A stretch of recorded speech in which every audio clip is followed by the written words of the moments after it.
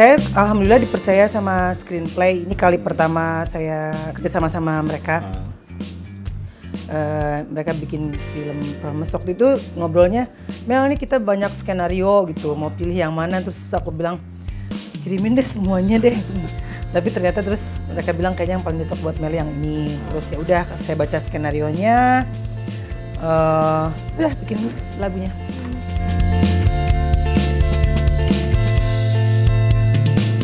Sebenarnya sebaiknya begitu ya. Maksudnya kalau skrip harus itu. Kadang-kadang kalau cuma dikasih sinopsis, saya mesti lebih banyak lagi brainstorming ya.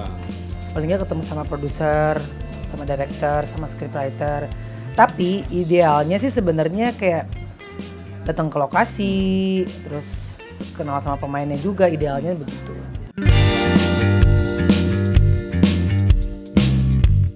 Bikin lagunya sih cepet ininya aja ya, mendalami skenario. Karena kalau boleh saya bilang semua unsur yang terkait dalam sebuah produksi film itu, mau itu divisi lighting, mau itu divisi soundtrack, divisi scoring, divisi apapun, itu adalah elemen-elemen yang penting dan harus baca skrip gitu, nggak tahu apa-apa gitu ya, harus baca skrip.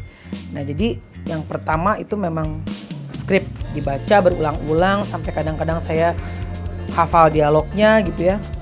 Setelah itu terus setelah tokoh-tokoh yang ada di film itu saya dalemin, saya dan tim artinya dalam arti Mas Anto, terus director, scriptwriter, produser menentukan gitu mau dari angle mana kita ambil gitu, dari angle-nya siapa gitu.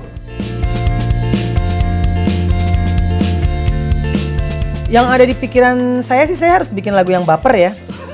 Karena ini benar-benar buat generasi baper gitu. Filmnya film remaja banget. Saya pernah menggarap soundtrack untuk film yang genrenya sama untuk umur-umur seperti ini itu berapa tahun yang lalu ya. I Fall I'm in Love, ADC 1, Apa Artinya Cinta, Heart.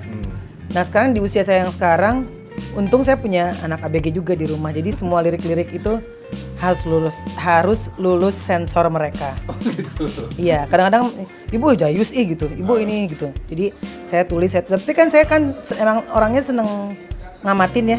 Jadi kebetulan kan ada BBB juga di kehidupan saya gitu. Jadi atmosfer anak-anak ABG itu ya ada di kehidupan saya gitu.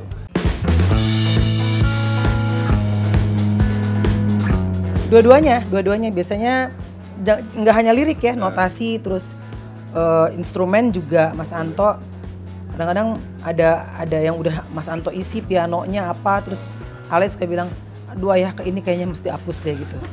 Ini jadul atau apa. Jadi benar-benar harus lolos sensor mereka.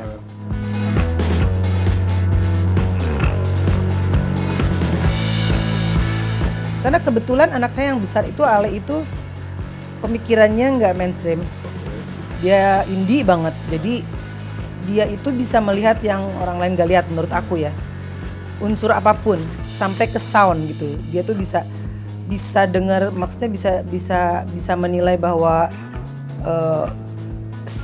kayak misalnya sound ini bagus tapi semua orang tuh mikirnya pasti ini gitu. Kenapa harus gini gitu, kayak gitu-gitu. Jadi saya sama Mas Anto sebelum diskusi sama orang lain, sama mereka dulu gitu, karena juga mereka mewakili generasinya kan.